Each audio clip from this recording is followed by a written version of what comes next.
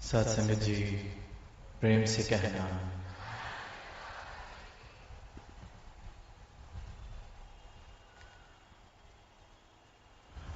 पटना शहर में आप सबके बीच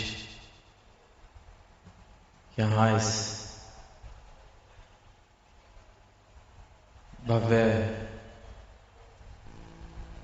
समागम का हिस्सा बनने का अवसर मिला, यहाँ आने का अवसर मिला। आप सबके बीच ये प्रेम वाले भाव, ये परमात्मा के प्रति श्रद्धा वाले, भक्ति वाले भाव देखने का अवसर मिला। और कुछ रोज पहले ही ध्यान बना कि समागम संडे का यहाँ पहुंचकर आप सबके बीच में किया जाए। और सारे ही महापुरुषों ने जो योगदान दिया है, जो चंद दिनों में ही इतना विशाल रूप, इतने आयोजन, चाहे वो महात्मा किसी भी रूप में सेवाएं निभा रहे, सेवा दल के भाई बहन या फिर अन्य महात्मा जो डिपार्टमेंट्स के साथ भी लग के जिन्होंने कोऑर्डिनेशन की, तो ये आप सबकी सेवा इस रूप में सबने मिलकर जो निभाई, तो ये उसी का परिणाम है कि आज इतना विशाल मानव परिवार यहाँ इतने सुंदर रूप से, सुंदर भावों के साथ सजा हुआ है। पटना शहर की बात करते हैं, सुना कि जो इसका पौराणिक नाम पाटलिपुत्र, और कैसे कितना समर्थ इतिहास कहा गया, कितने ऐसे व्यक्तित्व यहाँ हुए जिनको जब बचपन में स्कूल में पढ़ रहे थे तो वो नाम भी सुने, चाहे वो चाणक्य का नाम हुआ, चाहे सम्राट अशोक का नाम हुआ, चाहे फिर जब गणित की बात आती है तो आर्यभट्ट का नाम भी यहाँ से जुड़ा हुआ। और पता चलता है कि कितनी ही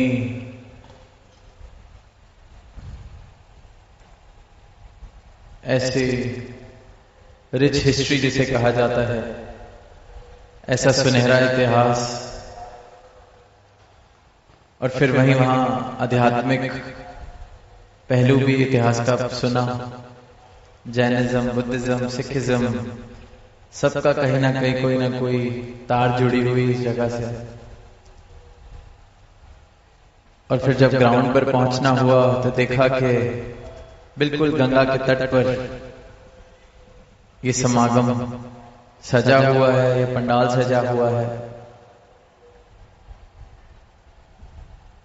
आंखों से जब देखते हैं, दुनियावी आंखों से, तो भी कितना सुनहरा नजारा कि गंगा बह रही हो और ये तट पर समागम संत इकट्ठे हुए हैं। तो इतना सुंदर नजारा, और उसको और खूबसूरत आप सबकी मौजूदगी ने, आप सबके भावों ने, क्योंकि ये भाव हैं सच्चाई वाले, ये भाव हैं भक्ति वाले, ये मौजूदगी है परमात्मा के यशोगान के लिए। ये मौजूदगी जो हुई है, ये हाजिरी जो बनी है, ये आवाज देने के लिए इस मानव परिवार को, सारे संसार को, कि परमात्मा को पाया जा सकता है, भ्रमों से निजात पाई जा सकती है, दीवारें घेरी जा सकती हैं, एक सुंदर परिवार, ये सारा संसार बन सकता है। इन भावों के साथ आप सब पहुंचे हैं, तो इसलिए ये मौजूदगी मुबारक है। गंगा की तरफ ध्यान जब गया कि हम इस तट पर बैठकर यहाँ समागम कर रहे हैं, और बीच में नदी बह रही है और दूसरी ओर दूसरा किनारा, दूसरा छोर। तो यही भाव आए कि जैसे जन्म है वह एक छोर है और मृत्यु है वो दूसरा छोर है, और जो बीच में बह रहा है, जैसे यहां गंगा बह रही है, तो जन्म और मृत्यु इन दो छोरों के बीच में, इन दो तटों के बीच में जो बह रहा है वो जीवन है। वो जीवन जो हम सबको अवसर मिला है जीने का। जन्म लिया तो जाहिर सी बात है मृत्यु भी एक दिन आएगी, क्योंकि अगर एक नदी को देखते हैं जिसका एक किनारा है तो दूसरा किनारा तो होना लाजमी है, वरना नदी हो नहीं सकती। नदी है ही वो जिसके दो किनारे हैं। इसी प्रकार जीवन भी वही है जिसके ये दो तट, दो किनारे, जन्म और मृत्यु। अक्सर हम कहते हैं कि जन्म शुरुआत है, मृत्यु अंत है, पर सही ठीक ठीक आंखें खोलकर अगर देखेंगे तो जैसे नदी के भी दोनों तट बराबर साथ ही चलते हैं, ये जन्म और मृत्यु भी साथ चल रही है। एक एक पल में एक एक श्वास हम जो ले रहे हैं, ये जीवन उतना ही कम होता जा रहा है। ये शुरुआत और अंत नहीं, ये साथ साथ ही चल रही है। जन्म है तो मृत्यु ने होना है। एक एक दिन इंसान ये जो यात्रा कर रहा है, एक एक दिन, एक एक श्वास बहुत कीमती, ये जीवन बहुत कीमती है। अब ये एक एक मानव के हाथ में है कि जो उसका जीवन है वो गंगा की तरह पवित्रता प्राप्त करे। जैसे हम कह रहे हैं कि कितनी पवित्र ये नदी, कितनी इसकी पावनता, शीतलता का हम जिक्र करते हैं, पढ़ते हैं, कितने भाव जुड़े हुए आस्था वाले। गंगा नदी का पानी किस प्रकार देखते हैं दुनिया में, क्या अहमियत दुनिया देती है। और वहीं दो किनारे तो एक गंदे नाले के भी होते हैं, जहां नाला बह रहा हो वहां भी दो तट हैं। तब हमने अपने जीवन को कौन सी दिशा देनी है, हमने अपना जीवन कैसा बनाना है। गंगा की तरह पावन पवित्र, या फिर गंदगी वाला पानी बह रहा हो वैसा जीवन। ये निर्णय हमारे हाथ में है, एक एक मानव के हाथ में है। तट दो छोर हर मानव को मिले हैं, मृत्यु और जन्म। ये जो बीच का जीवन जो बह रहा है वो पावन पवित्र हो, गंगा जैसा, या एक गंदे पानी का प्रवाह, गंदे पानी का नाले जैसा। जीवन हो तो क्या प्रेम बहे उस जीवन में। जन्म और मृत्यु के बीच अगर मेरे जीवन में कुछ बहे तो क्या प्रेम बहे या वैर, ईर्ष्या, नफरत बहे। विशालता वाले भाव बहें या संकीर्णता वाले भाव बहें। क्या मेरा जीवन, मेरे जीवन की ये जो नदी है ये भ्रमों से भरी हो या इस ब्रह्म के परिचय से। क्या ये शिकवों से भरी हो या शुक्राने से। क्या ये अज्ञानता के अंधकार से भरा हो जीवन, या फिर इस परमात्मा की रोशनी से रोशन हो। जन्म मिला है, मृत्यु आएगी, ये बीच का सफर, ये जो है जीवन जिसे कहा जा रहा है, इसकी कैसी दशा रहनी है ये निर्णय मेरे हाथ में है।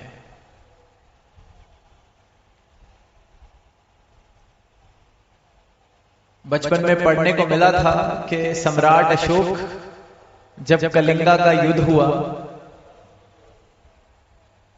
उन दृश्य को देख के, इतनी हिंसा को देख के, इतना नुकसान देख के, इतनी पीड़ा देख के, कहते हैं उन्होंने उसके बाद शस्त्र ढाल दिए। उनको कोई जीवन में ऐसी प्राप्ति हुई कि फिर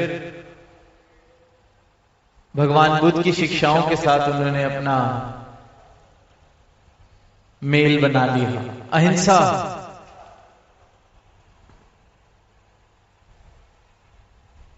के सिद्धांतों पर जीवन चलने लगा। तो उन्होंने भी ये निर्णय लिया कि ये जीवन मेरा बह रहा है जन्म और मृत्यु के बीच में, क्या इसमें यही सब चलता रहेगा? युद्ध, पीड़ा, किसी की जान लेना, किसी को नुकसान पहुंचाना। पर परिवर्तन किया जब ये भाव आए मन में कि ये जीवन तो अभी बह रहा है, इसको जीते जी बदला जा सकता है। तो वहीं उन भावों को अपना लिया कि अहिंसा परमो धर्मा जिसे कहा जाता है, कि परम धर्म अहिंसा है। यही भाव युगों युगों से बताए जा रहे हैं, सिखाए जा रहे हैं कि इस परमात्मा को प्राप्त करो और अहिंसा का मार्ग। और अहिंसा हमें लगता है कि किसी को मैंने अगर हाथ उठाया तो हिंसा है, किसी को मैंने कुछ उठा के पत्थर मार दिया तो हिंसा है, पर किसी का दिल दुखाना भी हिंसा है, किसी के हृदय को ठेस पहुंचाना हिंसा है, किसी पर जोर जबरदस्ती करना हिंसा है, किसी को दुख पहुंचा रहे हैं तो हिंसा है। तो सही मायनों में अहिंसा परमो धर्मा का भाव ये हुआ कि हम ये प्रयास करें कि हमारे कारण किसी को दुख ना पहुंचे, हम दुख ना पहुंचाएं, हम सब में इस ईश्वर के दर्शन कर सकें। पर उसके लिए अनिवार्य है कि मुझे पहले ईश्वर के दर्शन करने पड़ेंगे। ईश्वर क्या है, परमात्मा क्या है, इसका राज जानना पड़ेगा। अपनी इन आंखों से जब मैं इस ईश्वर के दर्शन करता हूं तो फिर जर्रे जर्रे में भी ये ईश्वर दिखता है और हर इंसान में, हर मूर्त में ये ईश्वर दिखता है। तो फिर आसान हो जाता है कि किसी को मैं दुख ना पहुंचाऊं, क्योंकि सब में अपना रूप देखने लगता हूं, अपने रूप की पहचान मिल गई कि मैं इस ईश्वर का अंश हूं, सामने वाला भी ईश्वर का अंश है। तो ज्ञान की दृष्टि से देखें तो मुझ में और सामने वाले में अंतर क्या हुआ? ये तो अज्ञानता वाली दृष्टि थी जो जात मजहब की दीवारें बना रही थी। ये तो अज्ञानता वाली दृष्टि थी जो ऊंच नीच के भाव, जात के भाव, कुल के भाव, कुंभ के भावों पर नफरत कर रही थी। पर ये गुरु के ज्ञान की जो दृष्टि मिली है, नजर मिली है, उससे तो ये समझ आ गया है कि फर्क क्या है। जिसने मुझे बनाया उसने ही सबको बनाया है। जो मुझ में बस रहा है वही परमात्मा सब में बस रहा है। जिसमें मैं बस रहा हूं उसी में सब बस रहे हैं। तो फर्क क्या हुआ? फिर अहिंसा वाले भाव स्वाभाविक हो जाते हैं। खुद को कोई कैसे दुख पहुंचाए, खुद का कोई कैसे नुकसान करे। अहिंसा परमो धर्मा, किसी का हृदय ना दुखाएं। अपना सुख चाहते हैं तो किसी को दुख ना पहुंचाएं। अब हम जब संसारिक दृष्टि से देखते हैं तो बड़े सौदेबाजी वाली बात लगती है कि मैं किसी का नुकसान नहीं पहुंचाऊंगा, वो भी मेरा नुकसान नहीं करेगा, क्योंकि इंसान ने हर चीज मुनाफे और नुकसान में बांध ली है। तो इन भावों को भी इसी तरीके से सोच लिया है कि इसको मैं कुछ नहीं कहूंगा, ये मुझको कुछ नहीं कहेगा। पर हृदय में मेरा पूरा पूरा इरादा है कि अगर इसके अंदर समर्था खत्म हो जाए मेरा नुकसान करने की, तो मैं इसको दुख जरूर पहुंचाता। तो फिर मन में अहिंसा कहां आई? मन में तो भाव है कि बस ये मेरा कुछ ना कर सके, फिर इसको मैं नुकसान पहुंचाता हूं। इसे अहिंसा नहीं कहा जा सकता। ये तो कह लीजिए या सौदेबाजी है या कायरता है। डर है कि मैं कुछ करूंगा ये मेरा कुछ कर देगा, इसलिए शांत बैठा हूं। अहिंसा तो वो हुई कि हृदय में प्रेम है, हृदय में नुकसान वाले भाव नहीं। और जब हृदय में प्रेम आ जाए, किसी को दुख पहुंचाने वाले भाव ना हो, दुख पहुंचाने वाले भाव खत्म हो जाए, तो जो बचेगा वो सुख है, जो बचेगा वो आनंद है। सौदेबाजी वाले आनंद की या सुख की बात नहीं की जा रही कि दुख पहुंचाओगे तो सामने वाला दुख देगा। तो उस हिसाब से जो तो निर्बल है, जिसका शोषण किया जा सकता है, उसको तो दुख पहुंचाया जाए, क्योंकि ये बेचारा क्या कर लेगा। पर इससे कोई सुख की हासिल नहीं होने वाला। सुख उस भाव में है कि मन में मेरे प्रेम, मन में मेरे सुख पहुंचाने वाले भाव, किसी को दुख ना पहुंचाने वाले भाव हैं। और जब हम किसी को दुख देते हैं तो किसी और ने आके हमें दुख नहीं देना, उसी पल में हम खुद को दुख दे रहे होते हैं। सतगुरु माता जी अक्सर कहते हैं, कोयला उठा के फेंकेंगे किसी की ओर तो हाथ अपना जलता है। वो हाथ जो जल रहा है वही दुख है। किसी ने आगे आके कोई गणित बता के हिसाब किताब करके दुख नहीं देना। दुख तो मैं खुद दे रहा हूं जब किसी और को दुख देने की चेष्टा करता हूं, मैं खुद को दुख दे रहा हूं। तो सही मायनों में अहिंसा वो अहिंसा नहीं जो डर के कारण की जा रही है, वो तो हृदय में हिंसा ही भरी हुई है। अहिंसा सही मायनों में वो है कि मेरे हृदय में प्रेम है, हृदय में ये भाव है कि मैंने दुख नहीं पहुंचाना, क्योंकि इस परमात्मा के दर्शन में कर रहा हूं सब में, इस ईश्वर के दर्शन में कर रहा हूं सब में। तो ये जीवन है जिसको कहा जा सकता है कि रूपांतरित हुआ। इस जीवन में बदलाव आए। कहां मैं मेरी के भावों में था, कहां ऊंच नीच के भावों में था, कहां किसी को छोटा दिखाने के लिए नुकसान पहुंचा रहा था, पर अब हृदय में प्रेम है। तो मेरा जीवन ऐसे प्रेम की तरह बहे, जन्म और मृत्यु के बीच सिर्फ और सिर्फ प्रेम बहे, ये चुनाव मेरा है। मेरा जीवन भी गंगा की तरह पावन हो जाए, ये चुनाव मेरा है। अवसर तो सबको मिला है, बड़े भागों से मिला है ये मानव जन्म, क्योंकि इसमें हम चुनाव कर सकते हैं कि ये जीवन किस तरह से बहेगा। एक बच्चा स्कूल में रोज जो प्रार्थना होती है उसमें सुनता था कि ईसा मसीह ने कहा है कि सबको प्रेम करो, अपने पड़ोसी को प्रेम करो, अपने पड़ोसी को प्रेम करो। जैसे भी हम कहते हैं लव दाई नेबर, प्रेम ही धर्म है। सबने सुनी है ये बात, लव दाई नेबर, अपने पड़ोसी को प्रेम करो। रोज सुनता था। एक दिन घर से लौट रहा था तो देखा कि रास्ते में कोई चोट खा के गिरा हुआ है। अब वो देख रहा है आसपास से 25-50-100 लोग गुजर गए, किसी ने उसकी मदद नहीं की। और जिनके साथ वो चल रहा होता है वो कहता है कि क्या ये किसी का भी पड़ोसी नहीं, क्या इसको कोई प्यार नहीं करता, कोई इसकी मदद करने क्यों नहीं आ रहा। जिसको चोट लगी है क्या वो कहीं अकेले एकांत में रहता है, कोई इसका पड़ोसी नहीं। और फिर वहीं जब उसके मन में ये भाव आ रहे होते हैं, आकर कोई उसको संभालता है, उस गिरे हुए को कोई उठाता है, तो बच्चे से रुका नहीं जाता। बच्चा पूछ लेता है कि आपने इनकी मदद की, इनका ख्याल रखा, क्या ये आपके पड़ोसी हैं, आप इनसे प्रेम करते हैं, क्या आप भी इसलिए प्रेम करते हैं क्योंकि ईसा मसीह ने कहा है कि पड़ोसी से प्रेम किया जाए, ये आपके पड़ोसी हैं क्या। तो वो आगे से जवाब देते हैं कि बेटा मेरा तो पूरा संसार मेरा पड़ोस है। मेरे गुरु की ये शिक्षा है, ईसा मसीह की ये शिक्षा है, वासुदेव कुटुंबकम। आज सदगुरु भी अपना ज्ञान देके यही कह रहे हैं कि पूरा संसार हमारा पड़ोस है। क्योंकि जिसको ये ज्ञान वाली दृष्टि मिल गई, जिसको ये ब्रह्म के दर्शन हो गए, फिर वो मैं मेरी के भाव से उड़ जाता है, फिर दीवारें गिर जाती हैं,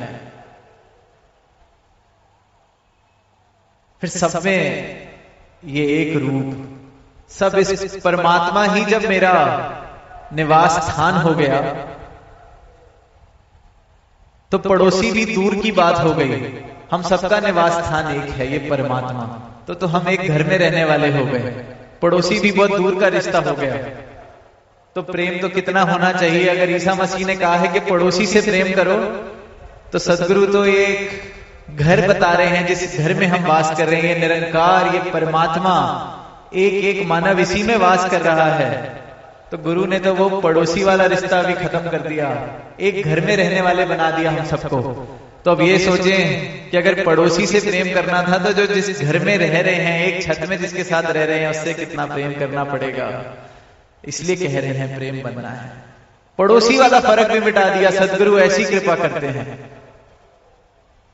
ये बता देते हैं कि इस एक में तू रह रहा है, ये एक परमात्मा तेरा निवास स्थान है। इसी प्रकार एक एक मानव का निवास स्थान यही परमात्मा है।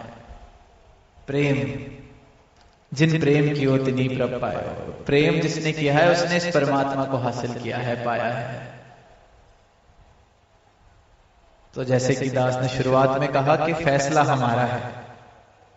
जन्म और मृत्यु के दो तटों के बीच में कौन सा पानी बहेगा, हमारा जीवन कैसे बहेगा। प्रेम वाले भावों से, नफरत वाले भावों से। ये जीवन भी कहीं निरर्थक बन के ना रह जाए। मौका है, अवसर है कि सार्थक कर लें इस जीवन को। ये चुनाव करें कि सार्थकता बहेगी मेरे जीवन में या निरर्थक बन के रह जाएगा ये जीवन। जिस चीज का कोई कीमत नहीं, मूल नहीं, क्या उन्हीं में मस्त मगन होके उन्हीं चीजों में मैं कहीं ये जीवन ना गुजार दूं। जिस चीज का मूल है, जो सार्थक है, उसकी प्राप्ति कर सकूं।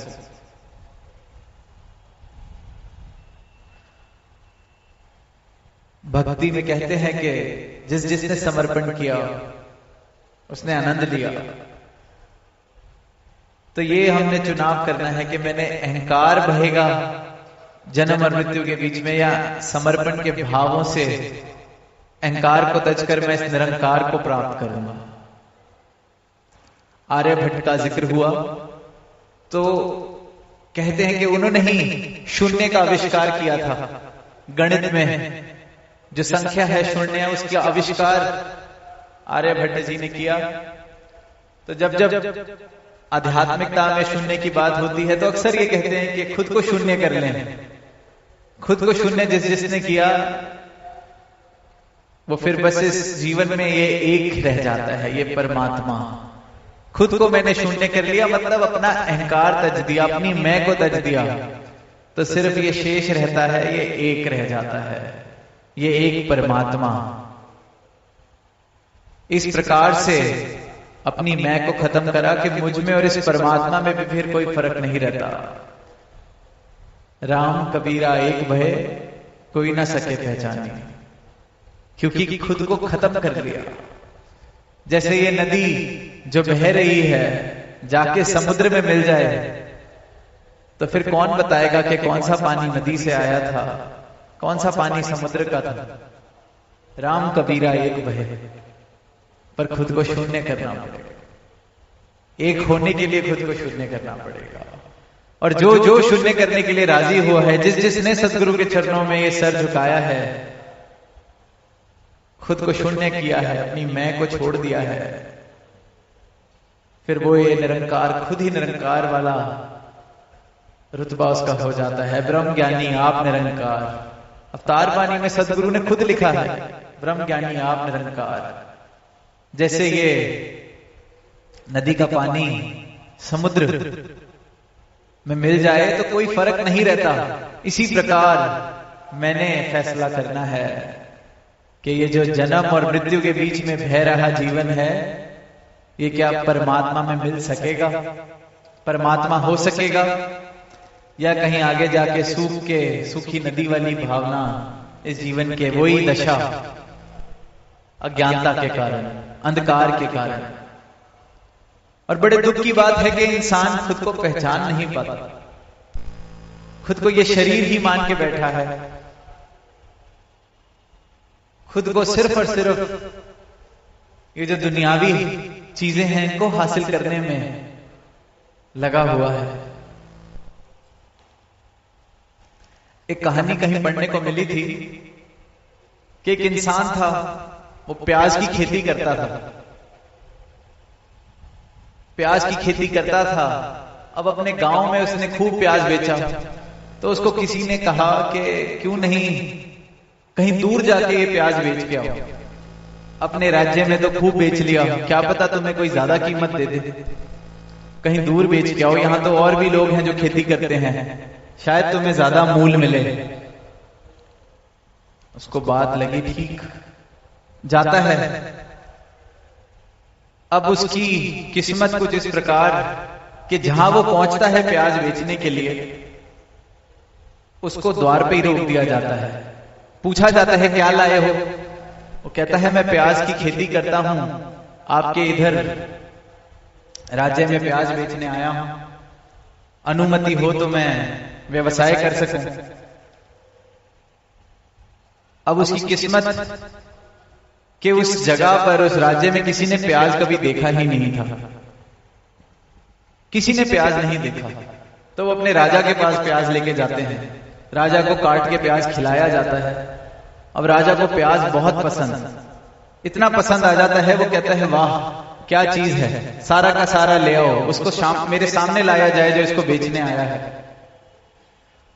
अब वो इंसान, वो किसान प्याज को लेके राजा के दरबार में है, और राजा कहता है ऐसी चीज तो हमने कभी देखी ही नहीं, इतनी कमाल, ये जितना प्याज लाया है रख लिया जाए और उतना ही किलो इसको सोना दे दिया जाए। कमाल कर दिए, इतनी कमाल की चीज लेके आया है, इसको सोना दे दो। अब वो इंसान जो प्याज बेचने गया था, हम सब सोच सकते हैं क्या ही उसके मन की दशा। वो तो 2-4-10 रुपए ज्यादा कमाने गया होगा, पर सोना लेके वापस आया। अब अपने गांव में अपना ही महल बना ले, इतनी दौलत उसके पास। अब वापसी पे उसको उसका एक मित्र मिलता है, कहता है तू लेके प्याज गया था, सोना कहां से वापस आ गया? तो उसको बताता है ऐसे ऐसे वहां किसी ने प्याज नहीं खाया था, तो मेरी किस्मत चमक गई, राजा को प्याज पसंद आ गया, उसने सोने दे दिए। तो उसने कहा वाह, अगर सोना नहीं खाया, फिर अगर उन्होंने प्याज नहीं खाया तो कभी लहसुन भी नहीं खाया होगा, और मैं तो लहसुन की खेती करता हूं, और प्याज से तो ज्यादा मूल्य लहसुन का ही होता है, तो मुझे तो पता नहीं क्या क्या मिल जाएगा। अब वो मित्र भी जाता है उस राज्य में, अब उसकी किस्मत भी कमाल के वहां किसी ने कभी लहसुन भी नहीं खाया होता। राजा के पास फिर लेके जाते हैं, राजा कहता है मुझे खिलाया जाए, और राजा को बहुत पसंद, इतना पसंद आता है कि राजा कहता है पिछले हफ्ते प्याज आया था तो उससे भी अच्छा है। तो कहता है कि फिर महाराज मुझे भी सोना मिलेगा इसके बदले? कहते हैं सोना क्यों, सोना तो पिछले हफ्ते तक यहाँ पे मूल्य रखता था, सबसे बहुमूल्य चीज सोना थी पिछले हफ्ते तक, पर तुम्हारा मित्र जब से प्याज लेके गया है सबसे बहुमूल्य चीज प्याज हो गई है, तुम्हें इतने किलो हम प्याज देके भेजेंगे।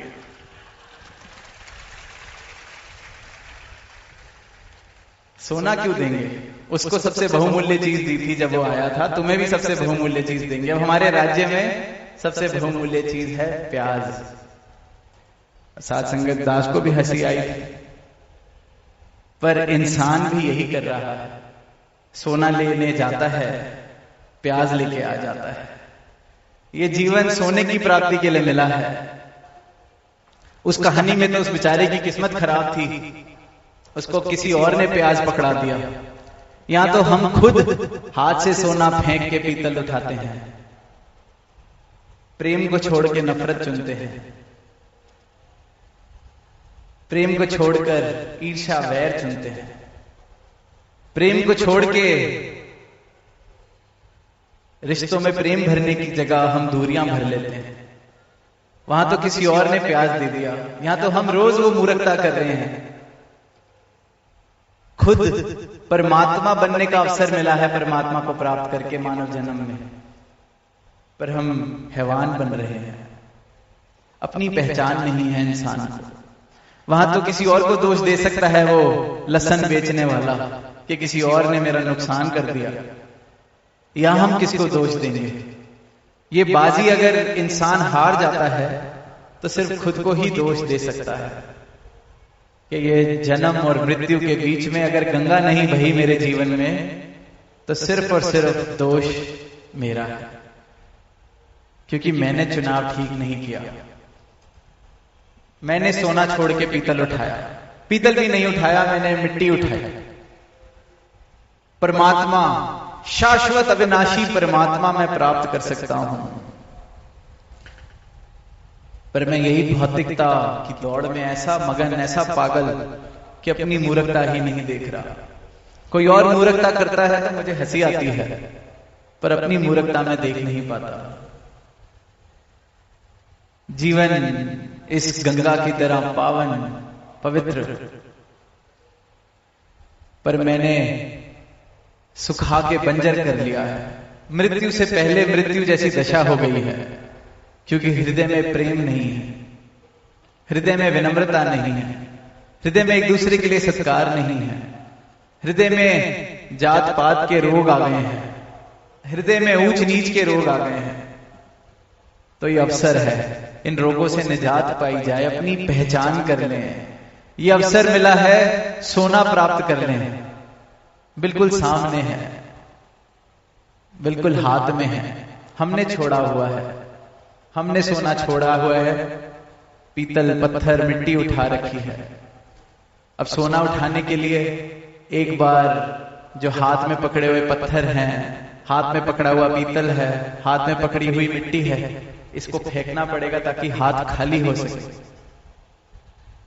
वही शून्य वाली बात, ये हाथ खाली करने को ही शून्य होना कहा गया है, अहंकार तजना कहा गया है।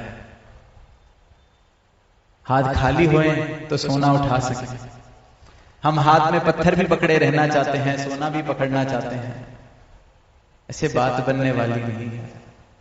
नादानी हो जाएगी, मूर्खता हो जाएगी। इस मूर्खता से सद्गुरु युगों युगों से मानवता को बचा रहे हैं। जब जब इस धरा पर आए हैं, मानव को यही कहा है कि ये मूर्खता ना कर, पछताओगे।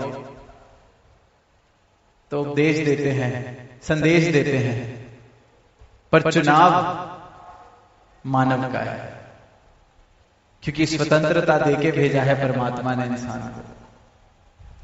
प्रेम जबरदस्ती नहीं कराया जा सकता, इसी प्रकार ये परमात्मा से प्रेम जबरदस्ती नहीं कराया जा सकता। मैं तैयार हो जाऊं अपने हाथ से पीतल पत्थर कंकड़ छोड़ने के लिए, तो सोना तो सामने ही है, उठाने के लिए हाथ खाली करने पड़ेंगे। तो आज यहां पटना गंगा तट पर यही अरदास कि जन्म मिला है, मृत्यु भी आएगी, पर बीच में ये जो जीवन बह रहा है ये गंगा की तरह हो सके, यहां परमात्मा प्रवेश कर सके। एक मानव जीवन में भक्ति वाले भाव प्रवेश कर सके, प्रेम प्रवेश कर सके। हर एक इंसान सिर्फ और सिर्फ प्रेम दे, प्रेम का व्यापार हो, सिर्फ और सिर्फ प्रेम हो। और प्रेम का व्यापार का मतलब ये नहीं कि किसी से कोई फायदा उठाना है इसलिए प्रेम किया जाए। प्रेम के व्यापार का ही मतलब है कि दिया भी प्रेम जा रहा है, लिया भी प्रेम जा रहा है, सिर्फ और सिर्फ प्रेम। और यही प्रेम परमात्मा तक पहुंचाता है और मुझे परमात्मा बनाता है। ढाई आखर प्रेम के पढ़े सो पंडित हुए। तो यही अरदास दातार से कि एक एक मानव, ये जो जीवन मिला है, ये बाजी मिली है, ये बाजी हार ना जाए। ये बाजी जहां सोना प्राप्त हो सकता है, वहां कंकड़ पत्थर मिट्टी पीतल सिर्फ यही इकट्ठा करता ना रह जाए। हर मानव सोने की प्राप्ति का हकदार है। ये परमात्मा खरा सोना है, हर कोई इसको प्राप्त करे, हर कोई अपने जीवन का मूल डाल सके। सिर्फ और सिर्फ मेरी हृदय की पुकार होनी चाहिए, जिज्ञासा होनी चाहिए। आत्मा का कल्याण इसी क्षण हो सकता है। तो इन्हीं भावों से दास इजाजत चाहेगा प्रेम से कहना।